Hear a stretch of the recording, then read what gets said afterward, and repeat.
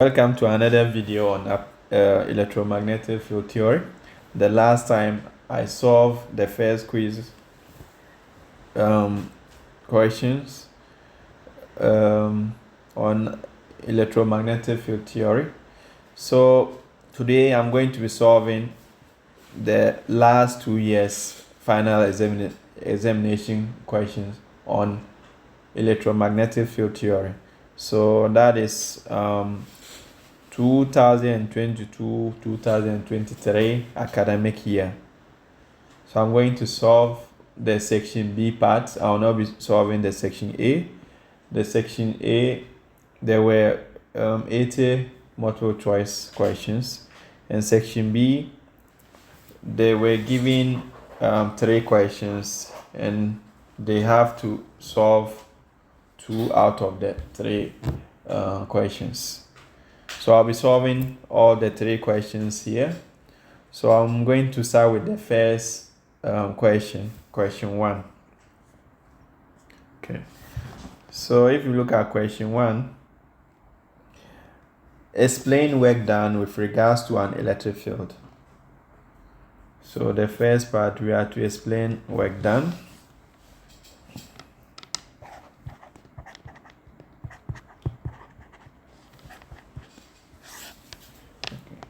So we have 1I. So when we talk about work done, we say work done is a movement of test charge against an electric field. So what this means is that you think about the fact that first you have an electric field, and in that electric field, you imagine you are having a charge there and you are trying to move the charge in the magnetic field. So meaning you are moving the charge against the magnetic field. So we can say here work done is the movement of a test charge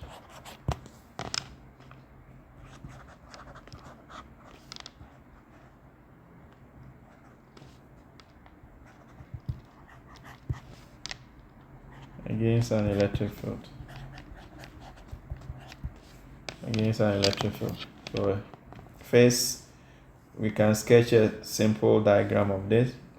That means I have an electric field, and to get an electric field, meaning I need to have a charge. So we can take a positive charge here. So I have a positive charge, and then we have electric flux emanating out of the positive charge.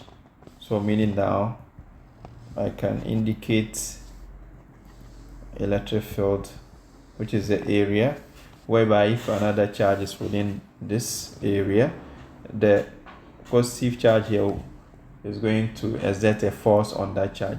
So now we imagine, since we have an electric field, so I place my test charge inside the electric field, and then we are now moving to move this charge against this electric field here.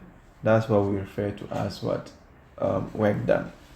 So we can write here, if I'm moving this test charge, since we is against the electric field, we can write work done to equals to integral of what, from initial position of our charge to our final position. Then we have charge times electric field intensity. That means the electric field intensity of the electric field, and then times the length vector, that distance vector that we have. So this is what we mean by my work done. So that's work done. So we are moving to the second part of question 1. Okay. Now determine the work done in moving 5 coulomb of charge from the origin to point A through the field given by. So we have electric field intensity is given by 2xyz along the x-axis plus s square z along the y-axis plus s square y along the z-axis. So via the straight line segment, we have line z equals to 2x and then x is equals to minus 2y. So this is the question. Okay, now how do we go about doing it? We just talked about work done. We've written the formula, so we are going to expand on that formula. So to find the work done, that means this time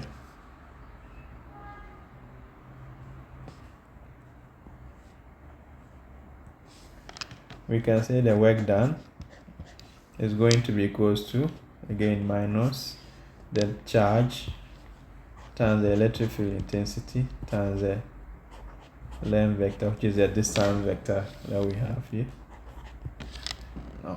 So from the question, you can see that we are moving the charge, right? So we have our test charge here, which is 5 coulombs. So you can see that we are moving it from the origin to point A. So we can indicate, so we are moving from the origin, so origin here to point A, right? Point A. So and then we are giving the electric field intensity. So from the question, we have electric field intensity equals to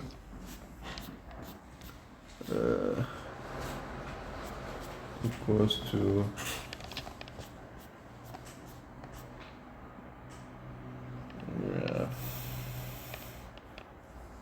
2SYZA along the x-axis, 2SYZ along the x-axis, and then the next one is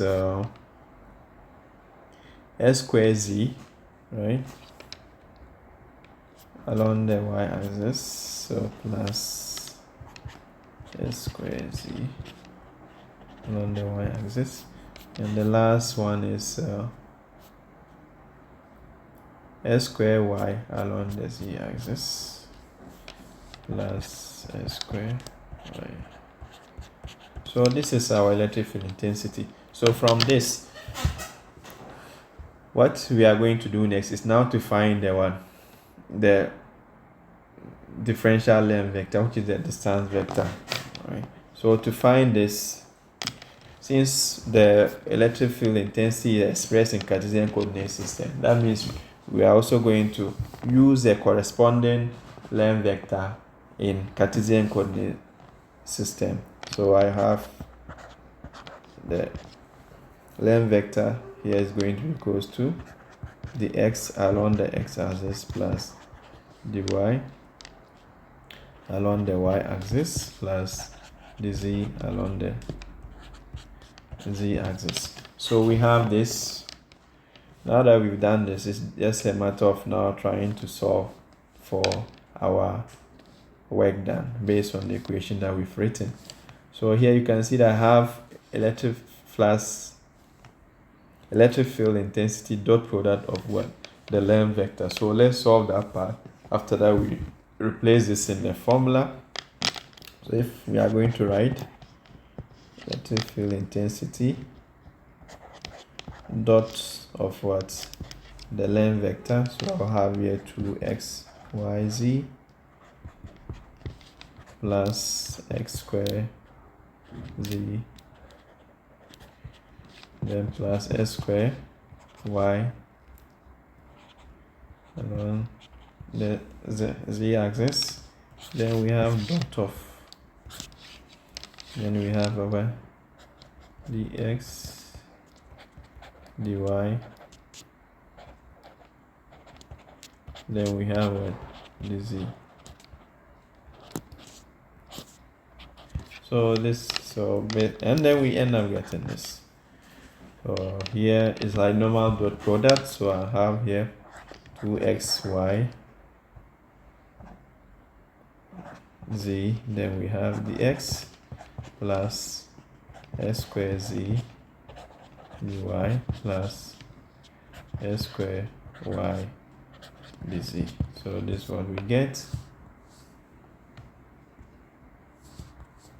Okay, so we get this. This is our dot product. Now we come and replace this in our formula. So I can now come and write the work done will be equals to, you can see that the charge here from the equation is 5 microcoulomb. So I'll come and write minus 5 times 10 to the power minus 6. Then I have now from the origin. So origin, we know at the origin the coordinates are 0, 0. So I can put here 0, 0. And then we have point A. And the coordinate of point A from the equation we are given. Coordinates of point A is giving us A, meaning 2 minus 1 4. So I have 2 minus 1 4, 2 minus 1 4. So we've done this. Now I'm going to replace. So we have the whole of this, the dot product I have here, 2xy z dx plus s square z dy plus s square y dz. So this is now our work done. Now it's just now integration, right? So now we are just dealing with integration, meaning from this moment on it's just mathematics. How do we find this? Now, so when you come to we start with the first part. You can see I have 2xy z dx. So you can see it, meaning I'm integrating with respect to what? X here, right? So that means one way you can go about this, since I'm integrating with respect to the x, I want to make sure that y and z here, I have to find a way to see if I can get a relation of them in terms of x, so that I can replace by y and z, so that I can do integral with respect to what? X.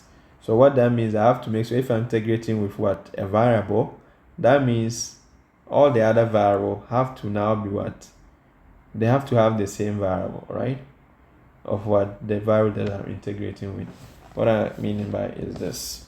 So here we know that from the equation, we are being told what the straight line, with the straight line that we have z equals to 2x. So I have my z 2x, and then after that we have also y. We have s equals to minus 2y. S is equals to minus 2y. So I have this here. Now with this we can replace, right? Because I can replace by z, I can replace by what? Y as well. So if you make y here the subjects, we get y equals s over minus 2. So we get this. So if you replace this one here, what do I get? So if I replace 2x y, which is minus x 2, then I have my z, which is 2x. So what do I get? This will cancel. Then I have minus 2x in the power 3. Right? So minus 3 raised to the power 3 is what we get for this. Now let's go to the next one. We are integrating with respect to what? Y here, right? So I have to make sure I can replace by what? This z that is here. If I can see a relation in terms of what? Y. But here you can see there's no direct. I have z equals to x. So you can see I can replace my x here. Because if you have y being equals to this, we can replace our s here. So I can write here, let's say z equals to 2x. And since y is equals to y will be equals to a minus x over 2. So I can write here this minus x. No, y is s is equals to 2x here. Oops. So s is just equals to minus 2y. So I'll write it minus 2y rather. And this will give minus 4y. So with this, we are done with this part. We can express this in terms of y. And then the last one, z, right? When it comes to this one, z, we're entering with respect to z. I have to make sure that all these are in terms of what? Z. Right? Or you can make in terms of what? Another variable. Right?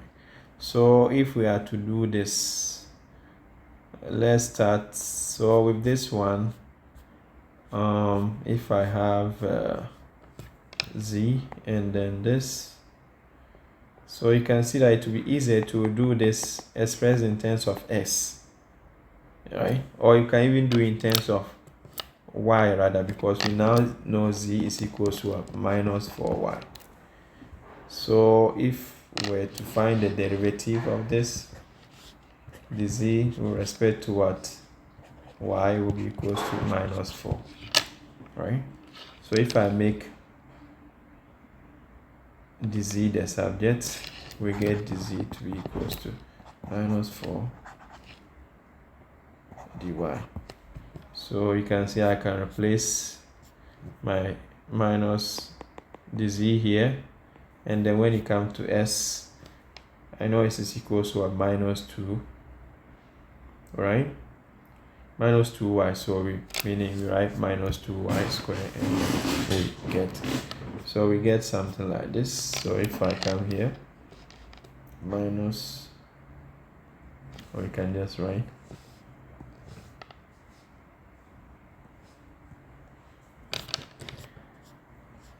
s squared,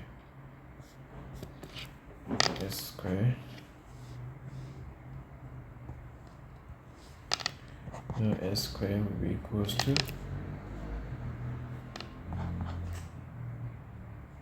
in terms of y, s is equals to minus 2y, so meaning s squared minus 2y squared, which is what? 4. Yes. So we have 4y squared. So now that I've done this, I can do replacement. So work done will now be equals to minus 5 times 0 minus 6. Then we can now integrate, right? So here, since integration, I can what? Integrate each one individually, and then we bring the sum together. So I can write here, we integrate. Oh yeah, off here. 18 minutes. Even like how many minutes you have about 18. See. Okay. Oh. Okay. Okay. So x is equals to minus 2y all square. So you get 4y squared. Now that we've done this, so we can come and then write our equation, and then we just do the replacement. I have here 2syz, and here I've already done that, simplify the whole of it, so we get minus 2 x raised to the power 3 here, and then when it comes to x squared z dy, so we get here s squared, we got s squared to be, we got s squared to be minus 2y. So if I put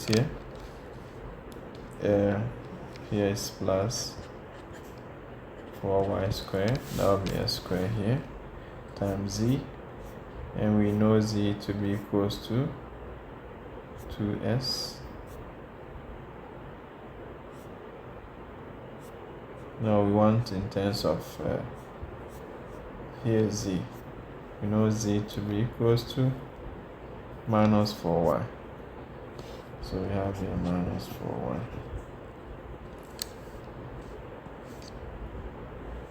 Minus 4y here.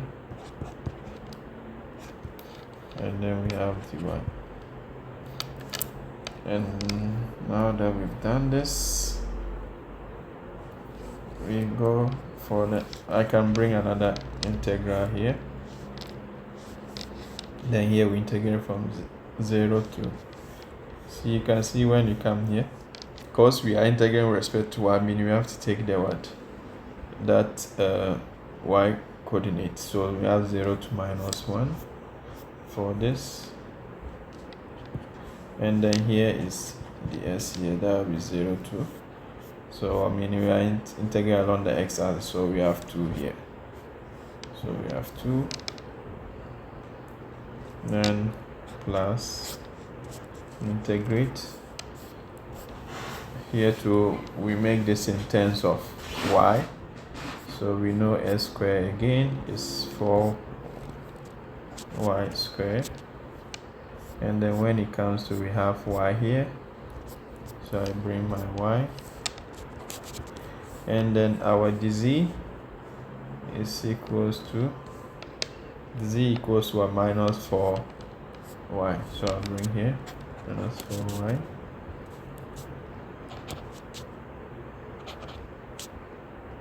minus 4 dy, minus 4 dy.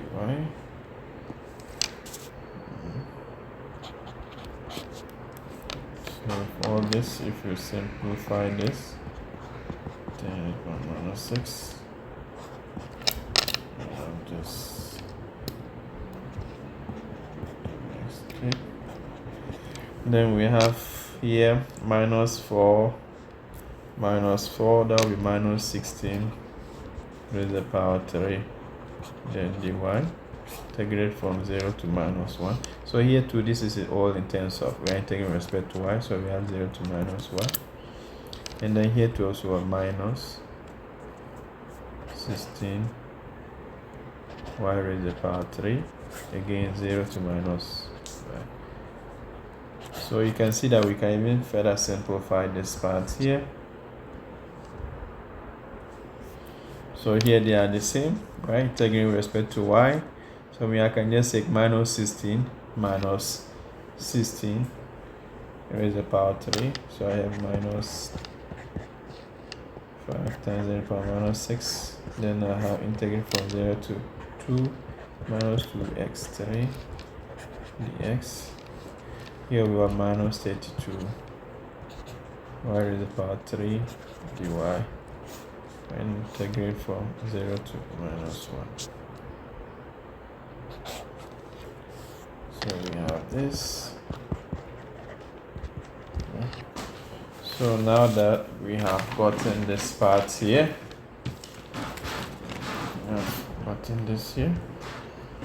let's see what we are going to do.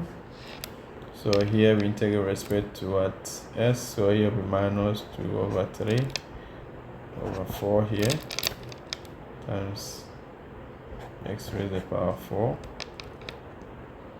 Then we integrate from 0 to 2. Here we 32 over 4 times y raised to the power 4. Then the limit was 0 to minus 1. So we get this.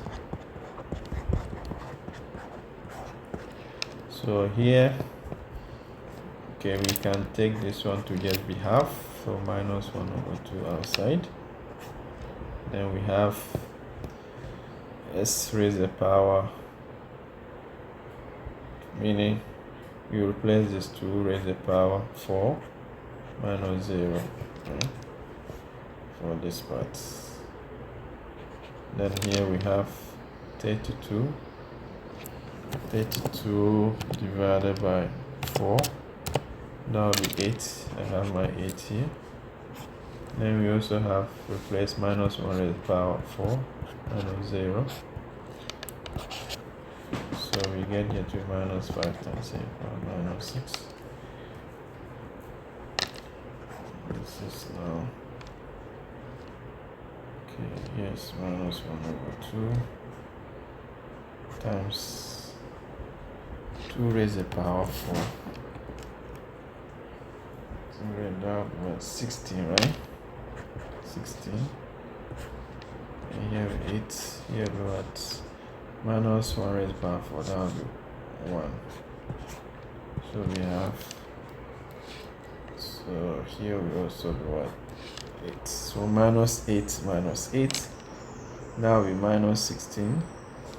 So I have minus 5 times 10 to the power minus 6 times minus 16. So this will give me 80 times 10 to the power minus 6 joules, which is the same as 80 micro joules. So this is the energy. This is our final answer. We go to the next part of this question. So we are done with 1A. Now we are going to 1B. So I have my 1B here. Now with 1B, a point charge of 50 microcoulomb is placed at the origin, and another point charge of minus 12 microcoulombs is located at the point 333 in meters. Find the potential at the point A. Meaning at point A we have 0, minus 3, minus 3. So let's do this first. So meaning what that means that first we have a point at the origin, and what do we call that point? We have a point charge of 50 microcoulomb is placed at the origin. So meaning here. So I imagine here is the origin. I have my origin 0, 0. Those are the coordinates. And the charge here is what? 15 microcoulombs. And then another one is placed at the point. So we place this one at the point. This is placed at this point, which is 333. So minus 12.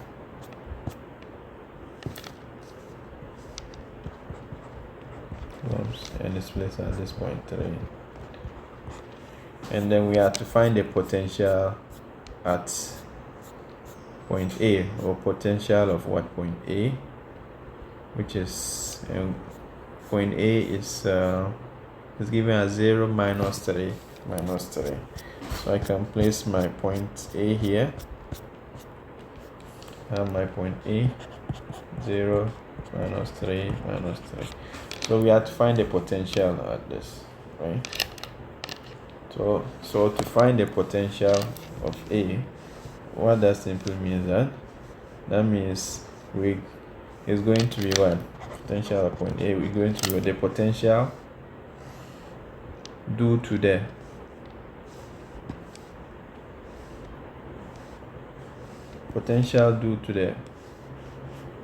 charge plate which is placed at this origin, plus the potential due to the other charge which is placed at what? At the point 333. So for the potential due to what? The charge placed at the origin, that means I can write here 15 micro times. Okay, first I'll label that one as Q1. So let's label this as Q1, and this charge here Q2. So that I have Q1 over 4 pi epsilon naught. Then you have what? R1. And R1 here is going to be the distance from the origin to what? Point A, right? Then we have charge 2 over epsilon naught R2, which is also the distance from the point 33 to point A. So we have this as our equation. So let's now just do replacement. So when it comes to charge here is given, so the main task is getting R1 and R2, and R1 and R2 here are simple, the distance between the 2 points. So let's R1 with the distance between what, the origin and point A. So here R1, we can write R1 to be equals to, meaning we take what, point A minus that of what, the origin. So this is just going to be, here will be 0 square plus minus 3 square plus minus 3 square. So this will be equals to what, 9 plus 9, which is 18. That's for what, R2, R1 rather.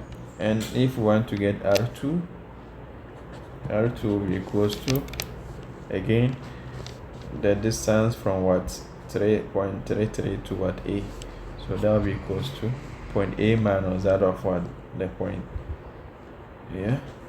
So we have 0 minus 3 square, then we have plus minus 3 square plus minus 3 square. So this will give us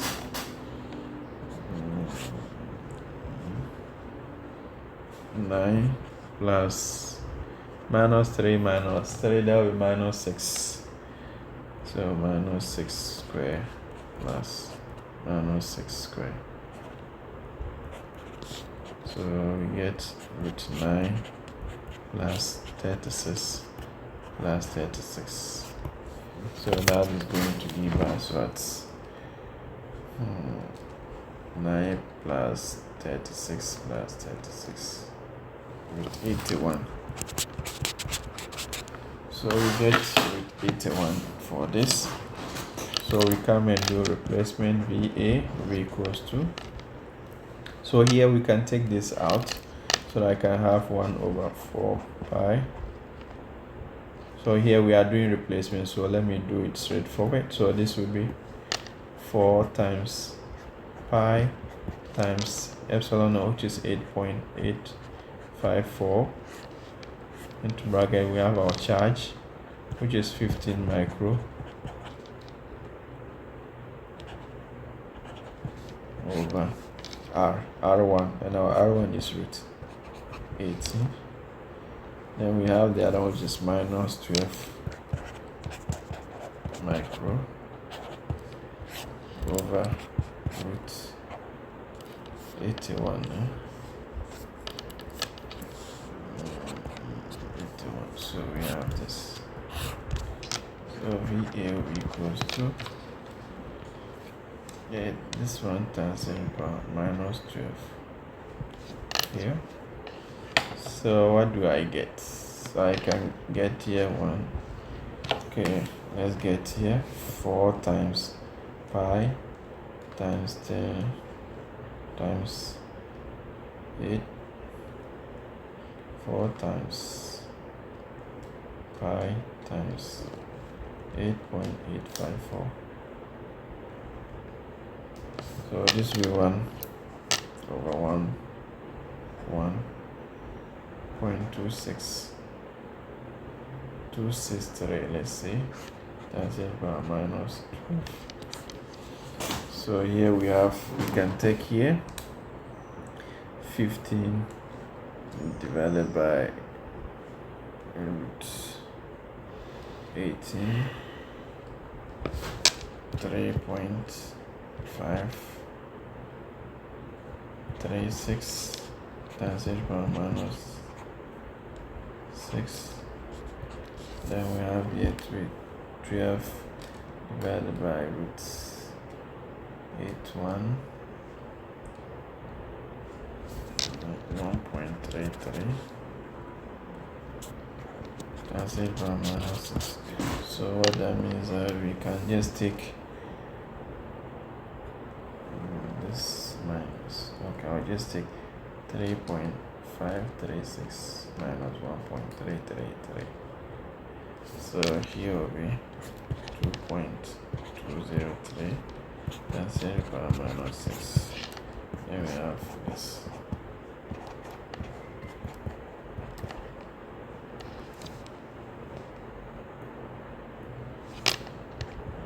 So if we do this, what do I get? So we have this, you bring here, this will be 10 to the power 6. So I just divide this divided by 11.263, which is 0.0197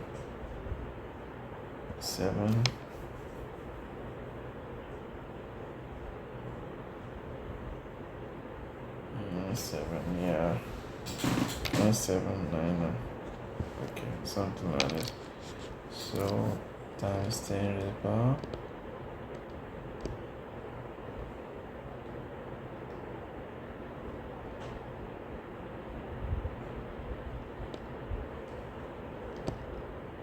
six. So I'll say you can 9799. 3. This is going to be 19.799 kilovolts. Now that we've gotten it, let's go to the next question, which is we are asked to find the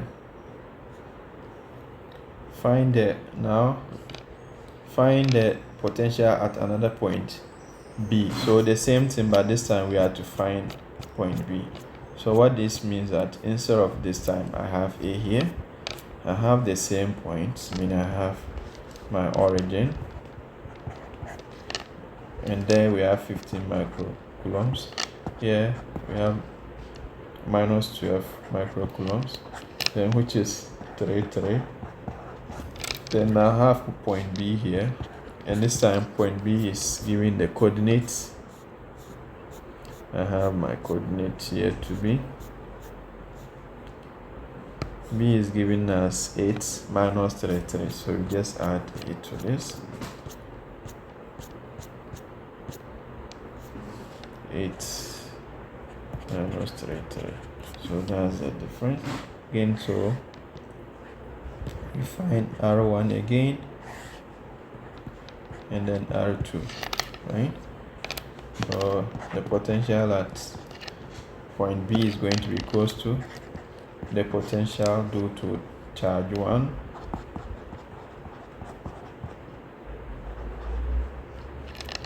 plus the potential due to charge 2. So this one again, we factorize this out so that we have 4 pi epsilon naught, right? And then before we even do this, let's get R1 and R2. Those are the one is important. So when it comes to getting R1, again the same method. Then this time from the origin to point B will be meaning 8 minus 0. So I have 8 square minus 3 square minus 3 square again, right? So we did this, so we just now having 18 plus this time 8 square, which is 82. It's 82. And now when it comes to R2, the same thing, 8 minus 3 square plus the other ones, they are going to be the same. So yes, minus 3 minus 3. Let me check. Yes, minus 3 minus 3. Yeah, minus 3 minus 3.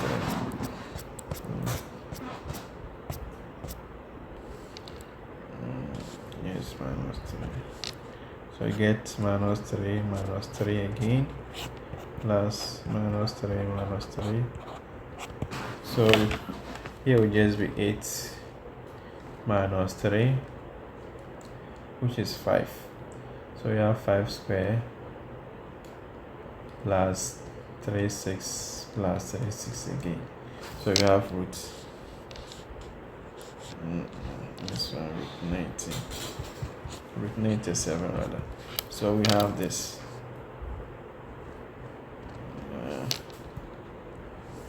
Root 97. Now that we've done this, we can come and then write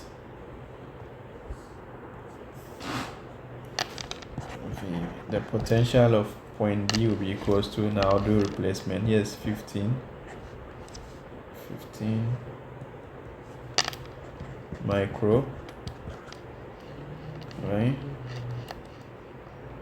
So remember, we factorize this out again. So I'm factorizing this out. So let's do that. Now we have 1 over 4 times pi times 8.854. That's 8 power minus 12. Okay. Then into bracket the charge, which is 15 micro over this one, you get 82 minus 12 times 8 power over 87. So here we get the first one to be 4 times pi. So that one will still be the same thing I got here, which was, yeah, so this one is 1 over 11.263 times 8 power minus 12. Then we have 15 divided by root 82 1.656 times 8 power minus 6 minus divided by 97 1.218 times 8 power minus 6. So we get here to be 1 over 11.263 times 8 power minus 12. So we are now taking 1.656 minus 1.218. So we get 0.438 times 8 power minus 6. So again, here we just 10 raised to the power 6, because this one you bring it up, so that we just take 0.438 divided by 111.263. So this gives us 3.9366. Okay. So this times 10 to the power minus 3. So this times 10 to the power 6 here. So we get here to be 3936.6 volts. So we change that to kilo, that will be 3.936 kilovolts. So this is what we've gotten. I've gotten a potential at point B. So now that we've gotten it, so we are almost done. We are now looking at the last part, which is find I. Determine the potential difference between the points A and B. So potential difference will be equals to potential difference, which is VAB, will be equals to potential at A minus potential at B. So this is going to be equals to, now potential at A we got 19.799 kilovolts. 19.799 minus